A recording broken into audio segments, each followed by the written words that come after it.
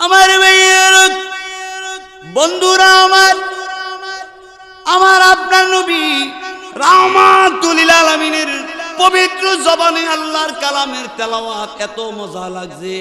আবু জাহেলে ডাক দেয়া বলে, কিরে আবু সুফিয়ান, আল্লাহ রব্বুল আলামিনের বাণী, আল্লাহ রব্বুল আলামিনের কোরআনের তেলাওয়াত মুহাম্মদের জবানে শুনি যত মজাই লাগে, এর চেয়ে মজার জীবনে কোনোদিন কোথাও পাই নাই।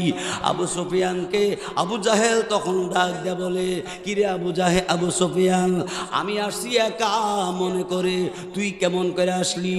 আবু সুফিয়ান তখন ডাক দেয়া বলে, এই আবু জাহেল, ভাষণ দিলি, বক্তব্য দিলি মুহাম্মদের বিরুদ্ধে, কোরআনের বিরুদ্ধে, তুই কেমন করে রে আল্লাহ রব্বুল আলামিনের বাণীর তেলাওয়াত শোনার জন্য মুহাম্মদের গোরের কিনারে এসে দাঁড়ায় গেলি? তখন আবু জাহেল ডাক দিয়ে বলল, রে আবু সুফিয়ান, কোরআন যেদিন থেকে নাজিল শুরু হয়ে গেছে, আব্দুল্লাহর ছেলে মুহাম্মদের জবানে তেলাওয়াত আমি প্রতিদিন রাত্রে শুনে শুনে ঘুমাই, যদি না শুনি ঘুম আসে না। আব্দুল্লাহর ছেলে মুহাম্মদের জবানে তেলাওয়াত মনে করেছিলাম আজকে তোরা কেউ আসবে না, আমি একলা একলা তেলাওয়াত শুনবো। আবু সুফিয়ান তখন ডাক দিয়ে বলে, রে আবু জাহেল, আমি মনে করেছিলাম তুমি আসবে না, আমি একা একা শুনবো। উতবা সাইবা ডাক দিয়ে বলে, আমরা মনে করেছিলাম তাই। তখন ডাক দিয়ে বলল আবু জাহেলকে, আবু সুফিয়ান তখন ডাক দিয়ে বলল, এই আবু জাহেল, কুরআনুল কারীমকে থামানো সম্ভব হবে কি হবে না? তখন আবু জাহেল ডাক দিয়ে বলল, রে আবু সুফিয়ান, কোরআন থামানো তো সম্ভব হবে না, কোনোদিন কেউ সময় সামলাইতে পারবে না।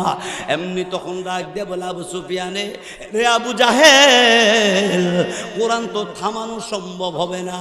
وقال الذين كفروا لا تسمعوا لهذا القرآن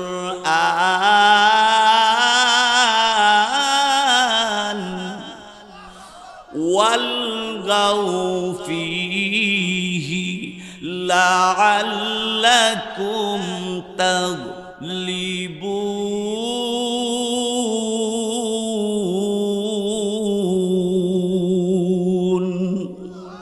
মিটিংয়ের মধ্যে সিদ্ধান্ত নিছে এই কোরআনের তেলাওয়াত কেউ শুনবা না।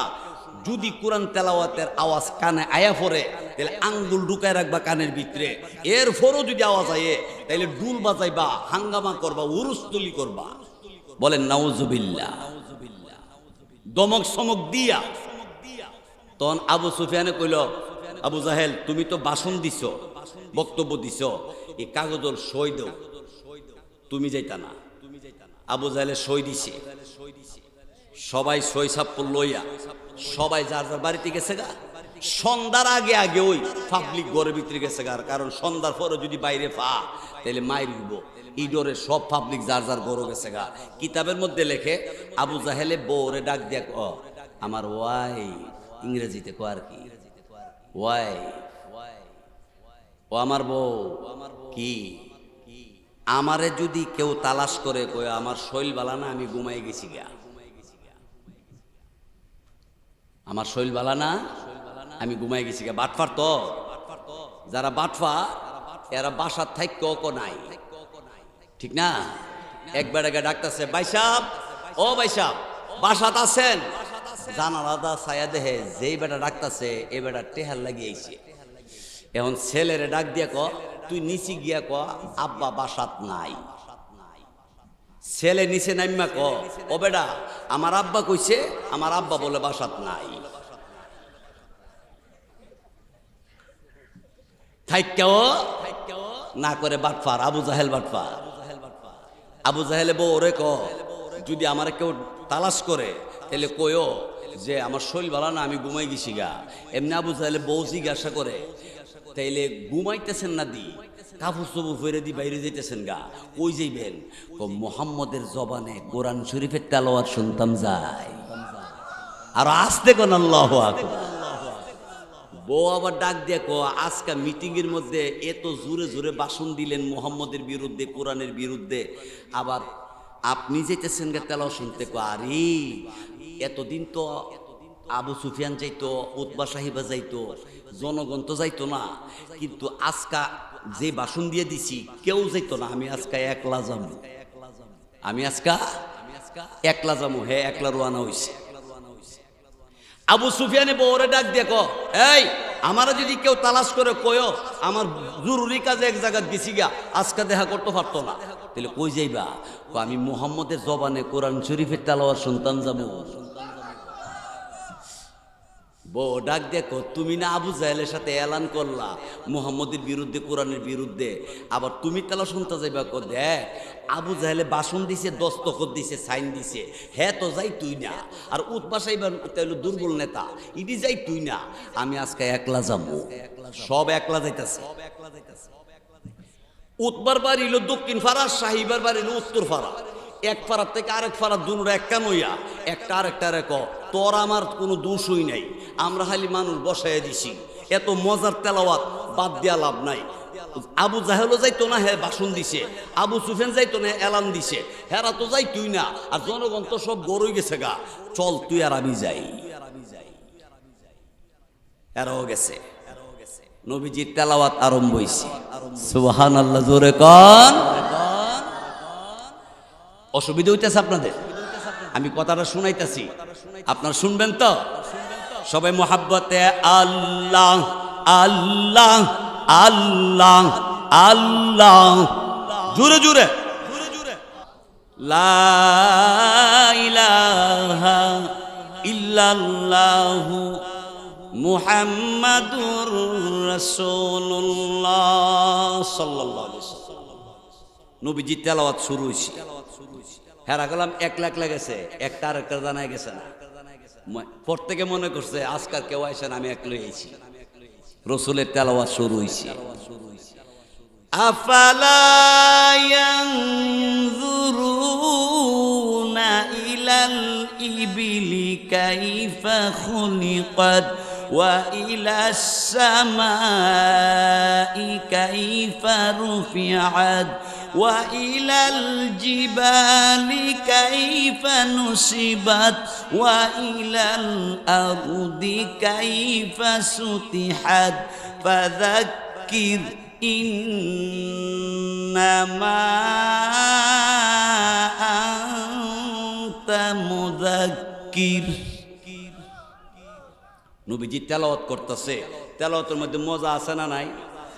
আপনারা দেখবেন ব্রাহ্মণবাড়িয়া মহাদ্দপুরটি মিষ্টির দোকানে মিষ্টি, যে পঞ্চ মিষ্টি, কাড়া মিষ্টি, গুল মিষ্টি, লম্বা মিষ্টি ভিজিয়ে রাখছে, কিছু পানির কিছু রস, এই যে মিষ্টি সামনে গ্লাস দিয়া রাখছে, গ্লাসের বাইরে থেকে মিষ্টি দেখা যায় না? তে এক বেড়া মিষ্টি দোকানের সামনে খারইয়া টেহা নাই আর কি, হ্যাঁ খারয়া খারয়া ক আহ দেখতে তো একটা মজা লাগে। যেমন সাইরানার তেতই আপনি মুহ দিলে 50 বেড়ার মুহ জোয়ার আইব বৈশাখ মাসে, আর বিড়াতে মনে পানি ফুরিয়ে গেছে গা। সুক্কার কথা শুনলে বিড়াতে এমনি সই, একটা মজা আছে না নাই? বেড়ার দোকানের সামনে খারয়া ক ইহ কি পঞ্চ মিষ্টি, আহ দারুণ, খুব ভালো হইছে। মালিকে ডাক দেখো মজা মজা কথা কস, আমার দোকানের সামনে খারইয়া বিল দিয়া যা। ক আমি এমন মানুষ না। এক বিড়ি আমরা ফয়াগ নসিংসার ফোয়া ফিডা, তেলের ফিডা আর কি, ফোয়া ফিডা চিনেন না? তেলের ফিডা, বিড়ি ফিডা বানাইতেছে, আর একবার উকি মেরা চায় নিছে। তে মহিলা জিগা লজ্জা নাই? কিতে হইছে? এইভাবে চায়ের হইছে, দেখতাছি তুমি বানাইতেছো, আমি কি চাইছি নাকি? না চাইছো না, ঠিক আছে আচ্ছা খাইবানি একটা দিলে? অত বেহায়া না, আমি অত বেহায়া না। কি দিলে খাই, না দিলে নাই, দিলে খাই, না দিলে নাই। দেখছেন আলামত হে কি সালাদটা দেখছেন? আরেকটা মজার কথা মজা হিরো কয়ালাই কইতালাম নি, মা ওই আত্মীয় স্বজনদের বেশি একটা দেখতারে না। কিছু মা ওই এমন আছে, মা ওই আছে না, মা ও পুত্রা আবার খুব সালা। তো পুত্রা গেছে মা ওয়ে খাওন দিছে, মা ওই সব দিছে কিন্তু দই দেয় না। তো এখন অনেক গ্লাসের মধ্যে দই ফাইতে ফ্রিজ উঠে দেয়। আগে দই ফাটতো ফাইলার মধ্যে টুফা, হ্যাঁ এই টুফার মধ্যে আগে আছেন সিক্কা, সিক্কা চিনতেন না? এই সিক্কার মধ্যে টাঙ্গায় রাখতো।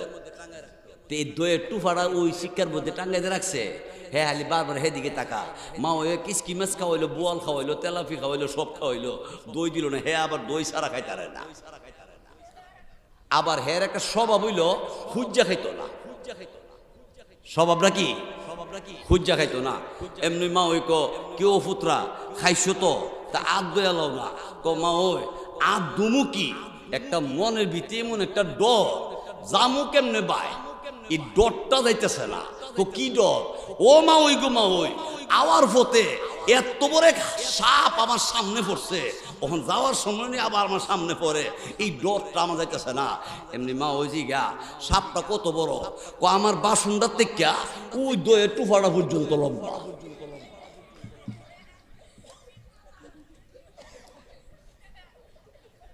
গুলামের ঘরে গুলা, হে আমাদের দই হুজে না। দেখছ হে সাপ দেখছে, এ হাত বাইকটাও দেখছে না, ছুট্টও দেখছে না। হের বাসনের থেকে টুফা পর্যন্ত দুলম্বা বলে সাপটা। হ্যাঁ হ্যাঁ কেমন সাপ দিচ্ছে আমার 14 গোষ্ঠী এমন সাপ দেখছে না। মা ওই দেখছি আর না দেখছি এই টুফাটা কি বুঝছি বাবা, তুই আমার আর শরম দিস না, নে দই নামাই দিয়ে তুই খাইয়া যা। মা ওই আমার অভ্যাস হয়ে দিয়া দই না খায়া আমি মা ওই মেয়েতে বিদায় নিতে আমার কাছে বেশি একটা ভাল লাগে না। মুসলমান অসুবিধা হইতেছে।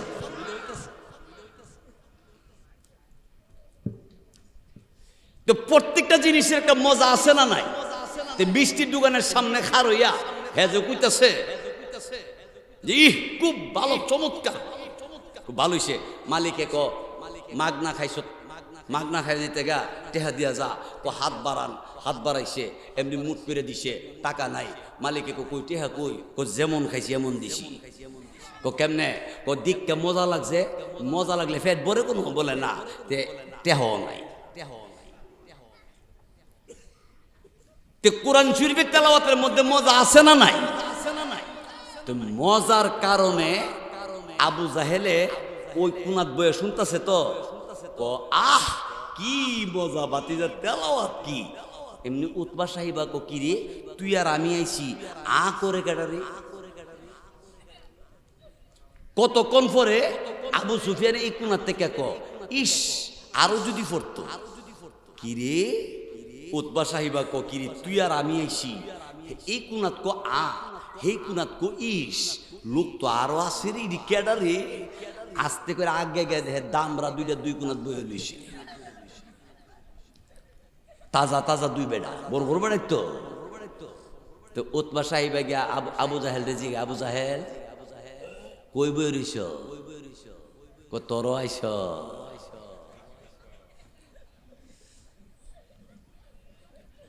তা আবু সুফিয়ান রেগে জিগে, আবু সুফিয়ান ঘুমের টাইম হইছে না? এহান আইসে। তা আবু সুফিয়ান কি রে উতবা সাহিবা নাকি? বলে হ তোরা আইস।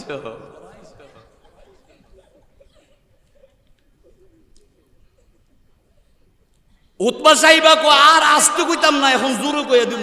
আবু জাহেলে দেখ মান সম্মান আর আইস না, তাইলে বলতে হবে। আবু সুফিয়ান ডাক দেখো বলতে হবে কোরআনের ব্যাপারে কি ধারণা তোমার, এই ধারণাটা বলো। আমার বন্ধুরা, আমার আপনার নবী রাহমাতুল লিল আলামিনের পবিত্র জবানে আল্লাহর কালামের তেলাওয়াত এত মজা লাগছে। আবু জাহেলে ডাক দেয়া বলে কিরে আবু সুফিয়ান, আল্লাহ রব্বুল আলামিনের বাণী, আল্লাহ রব্বুল আলামিনের কোরআনের তেলাওয়াত মুহাম্মদের জবানে শুনি যত মজাই লাগে, এর চেয়ে মজার জীবনে কোনোদিন কোথাও পাই নাই। আবু সুফিয়ানকে আবু জাহেল তখন ডাক দেয়া বলে কিরে আবু সুফিয়ান, আমি আসছি একা মনে করে, তুই কেমন করে আসলি? আবু সুফিয়ান তখন ডাক দেয়া বলে এই আবু জাহেল, ভাষণ দিলি, বক্তব্য দিলি মুহাম্মদের বিরুদ্ধে, কোরআনের বিরুদ্ধে। তুই কেমন করে রে আল্লাহ রাব্বুল আলামিনের বাণীর তেলাওয়াত শোনার জন্য মুহাম্মদের গোরের কিনারে এসে দাঁড়ায় গেলি? তখন আবু জাহেল ডাক দিয়ে বলল, রে আবু সুফিয়ান, কোরআন যেদিন থেকে নাজিল শুরু হয়ে গেছে, আব্দুল্লাহর ছেলে মুহাম্মদের জবানে তেলাওয়াত আমি প্রতিদিন রাত্রে শুনে শুনে ঘুমাই, যদি না শুনি ঘুম আসে না। আব্দুল্লাহর ছেলে মুহাম্মদের জবানে তেলাওয়াত মনে করেছিলাম আজকে তোরা কেউ আসবে না, আমি একলা একলা তেলাওয়াত শুনবো। আবু সুফিয়ান তখন ডাক দিয়ে বলে, রে আবু জাহেল, আমি মনে করেছিলাম তুমি আসবে না, আমি একা একা শুনবো। উতবা সাইবা ডাক দিয়ে বলে, আমরা মনে করেছিলাম তাই।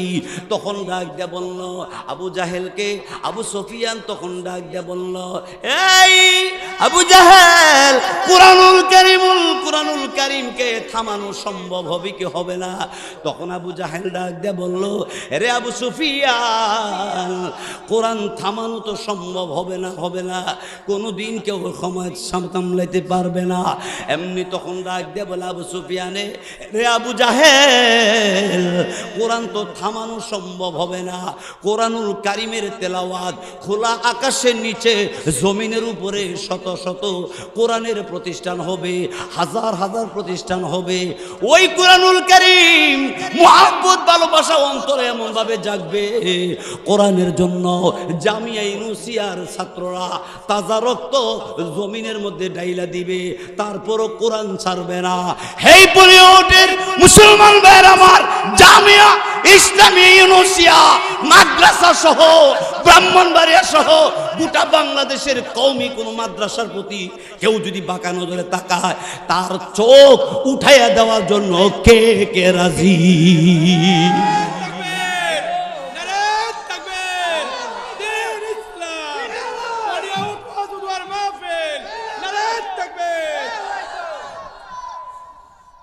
ভাইয়ের আমার, বন্ধুর আমার, অসুবিধা হইতেছে ওইলে আমার লাগি বালা জামুগা। এরপরে শুনেন, আল্লাহু আকবার, আল্লাহু আকবার। এমনি উতবা সাহিবারে ডাক দিয়ে জিজ্ঞাসা করলো, কোরআনের সম্পর্কে তোদের ধারণা কি?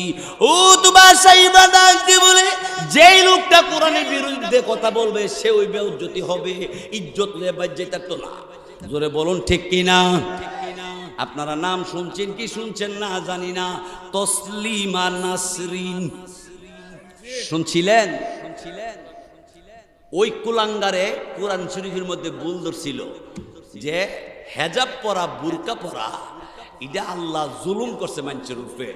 সেই কুলাঙ্গার তসলিমা নাসরিন এই বুরকা পইরা ভারত পলায়ন করতে বাধ্য হয়েছে।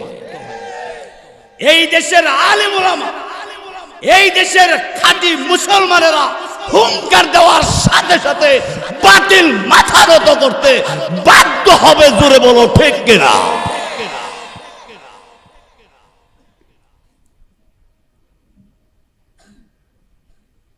বৈষ্ণব আমার, বন্ধুরা আমার, আমার ভাইয়েরা, তারপরে শুনে এবার আবু জাহেল, আবু সুফিয়ান, উতবা সাহিবা এরা একজন আরেকজনকে ডাক দেয়া বলে, চল বাড়িতে চলে যাই, মুহাম্মদের বিরোধিতা করে লাভ নাই। আবু জাহেলে ডাক দেখো, মুহাম্মদ যে নবী, তোরা ধারণা কিটা? আবু সুফিয়ান কো নবী যে কোনো সন্দেহ নাই, কোনো সন্দেহ নাই। কোকে রে? কো এই কোরআন শরীফের যে আয়া কোন কিতাবের লোগই মিলে না। আপনাদেরকে একটা প্রশ্ন করি, আল্লাহ 104টা কিতাব নাজিল করছে পৃথিবীতে, এর মধ্যে 100 কিতাব হলো সহিফা, ছোট ছোট কিতাব, আর মশহুর প্রসিদ্ধ কিতাব হলো 4টা, জাবুর, তাওরাত, ইনজিল, কোরআন। এর মধ্যে শ্রেষ্ঠ কিতাবের নাম কোরআন। এখন আপনারা বলেন, তাওরাত কিতাব নাজিল ছিল মুসা নবীর কাছে, তাওরাত কিতাবের হাফেজ পনিয়ত একজন আছে না? কোরআন তাওরাত কিতাবের হাফেজ আছে? হাফেজ নাই। ইনজিল কিতাবের হাফেজ নাই, জাবুর কিতাবের হাফেজ নাই, কোরআনের হাফেজ আসেনি? দুইজন না লক্ষ লক্ষ? আরে জোরে কর না। এই মুসলমান, মুসলমানের আওয়াজে কথা বলবেন। কাউকে বই করে নয়, আমরা এক আল্লাহরে বই করি, কবরের আযাবকে বই করি, জাহান্নামকে বই করি, জান্নাতের আশা করি আমরা। জোরে বলো ঠিক কিনা?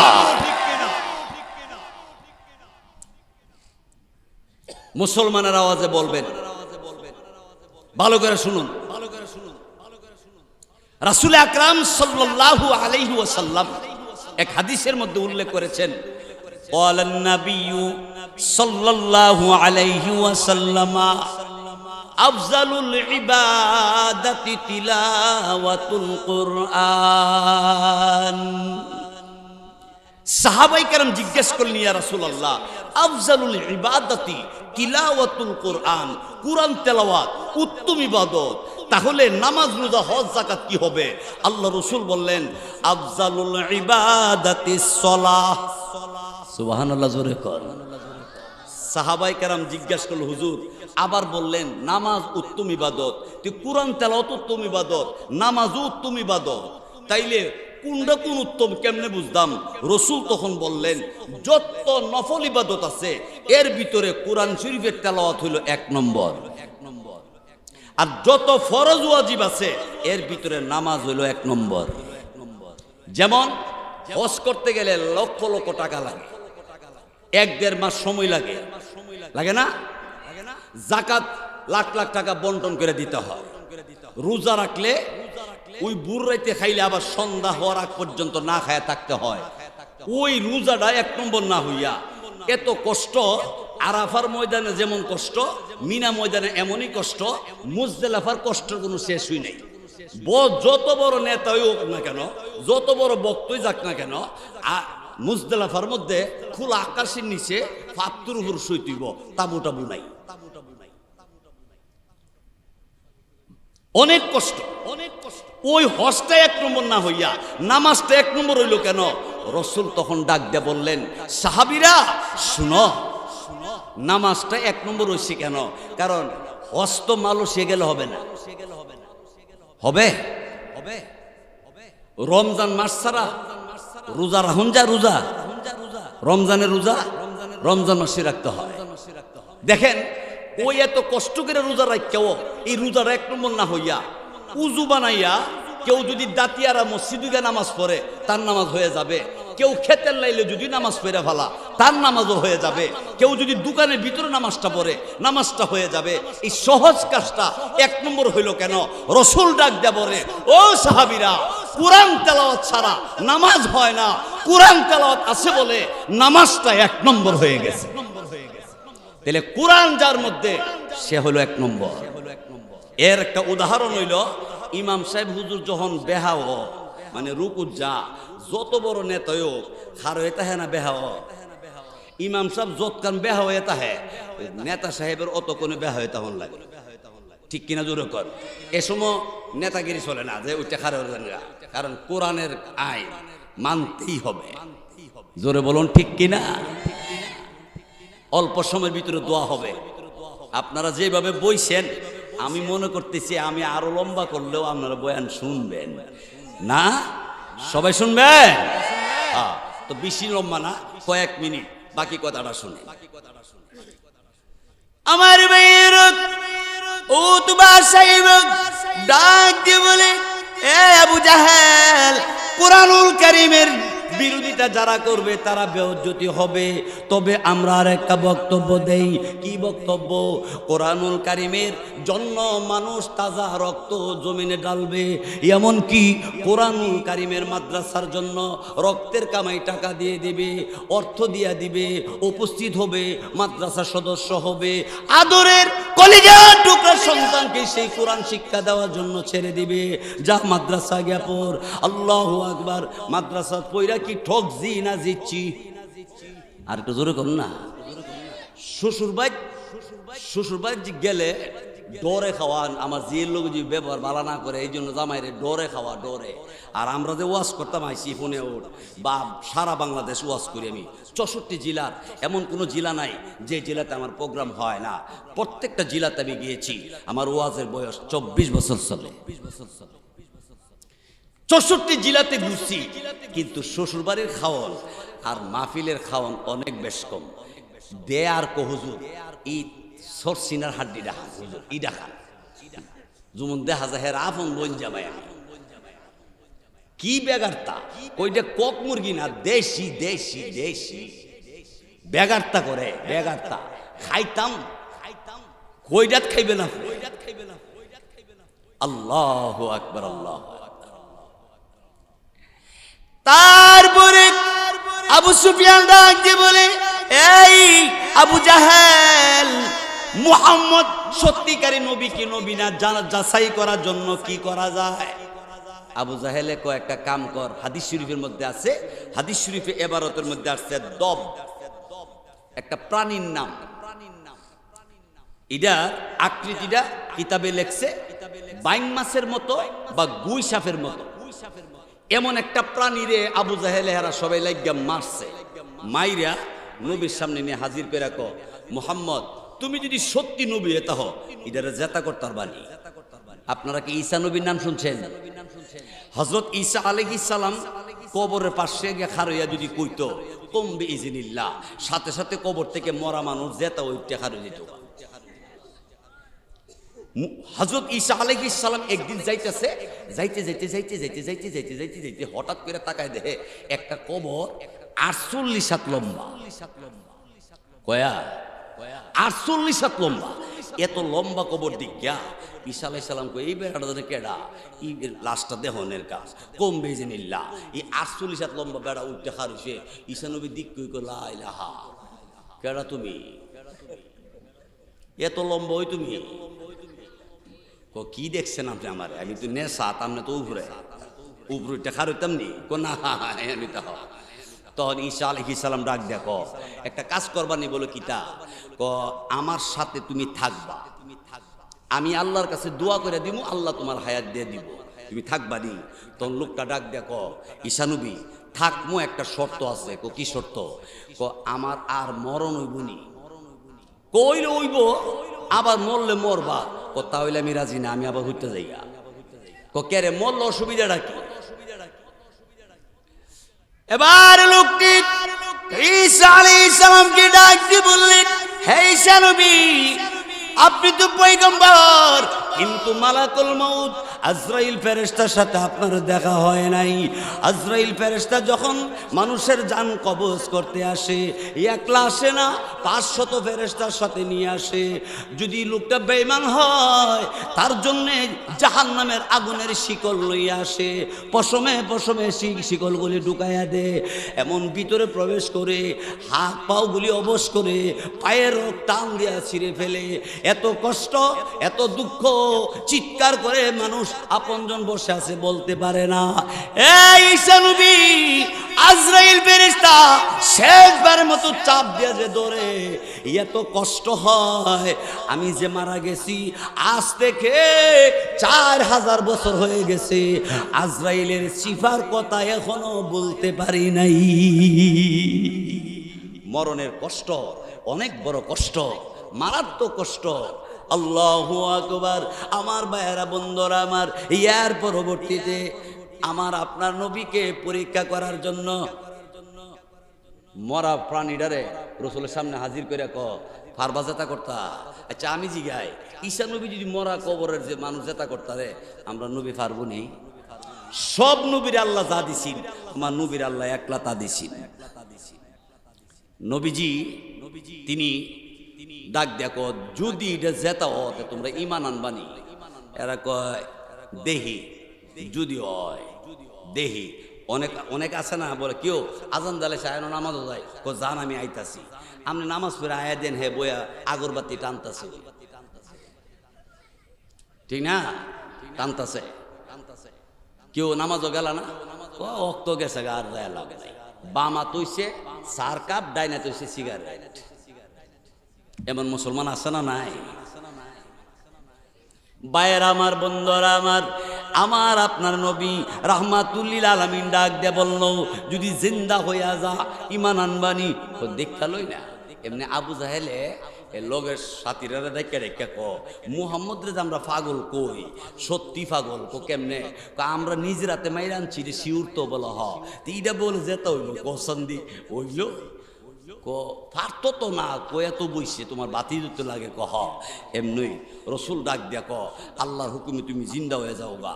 সাথে সাথে প্রাণীটা মাথা উঁচু করে নবীরে সালাম দিতে আরম্ভ করছে।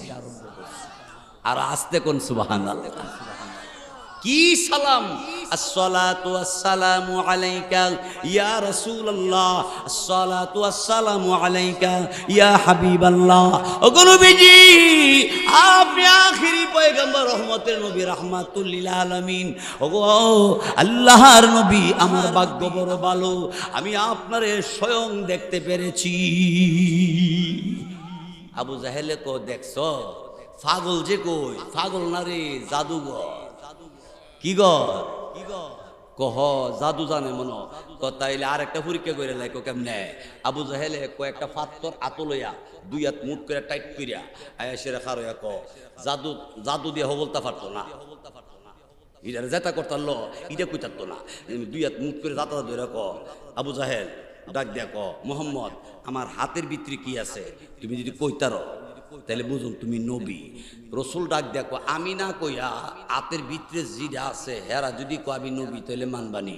কই ডিগিতা কো সুবহানাল্লাহ কইতেন না? এরপরে রসুল ডাক দেখো হাতের ভিতরে কেডা আছো চিনুনি আমারে? এমনি হাতের ভিতর থেকে ফাত্তর ডাক দেখো আপনি আল্লাহর পয়গম্বর আখিরি নবী মুহাম্মদুর রাসূলুল্লাহ। এই অনিয়মে মুসলমান ভাইয়েরা, এখনই দোয়া করবো, দোয়ার আগ মুহূর্তে আর একটা কথা বলি, আমার সেই নবীকে কাদিয়ানি বাচ্চারা, বেঈমান নাস্তিক মুরতাদেরা যদি গালি দেয়, তাদের গালির প্রতিবাদ করার জন্য নবীর পক্ষে যদি তাদের সাথে লড়াই করতে হয়, লড়াই করার জন্য সেই নবীর পক্ষে কে কে যাবেন? দুইটা হাত আল্লাহকে দেখায় না।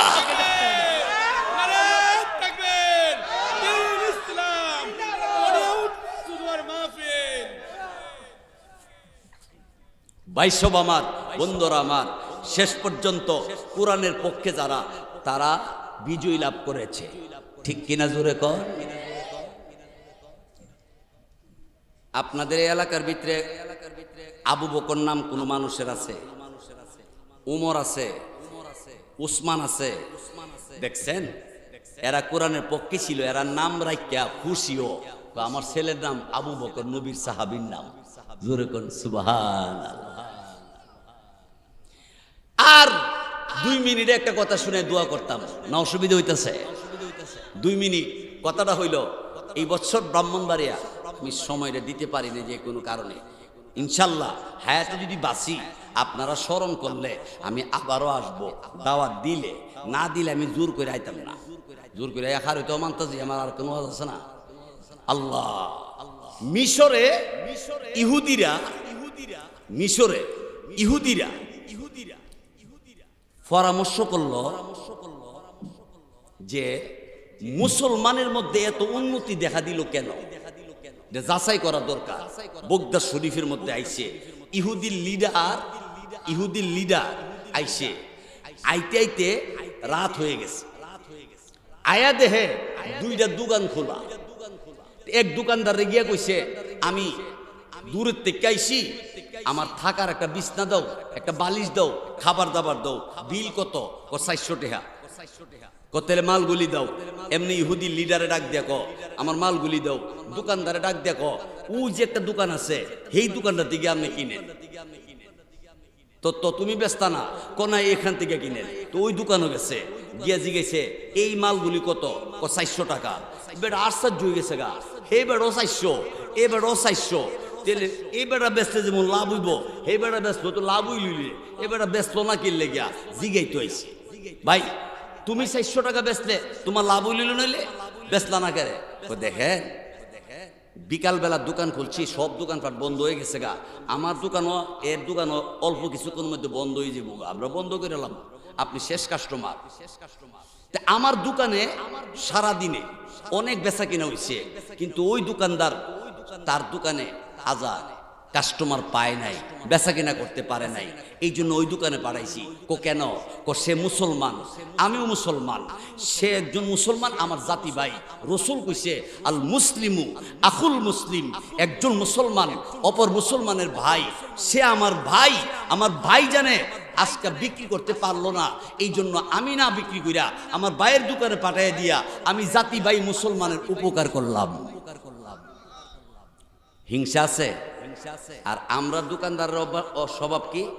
এই দোকানের মাল এটা ভারতের মাল, 2 নম্বর ইতানো যাস না।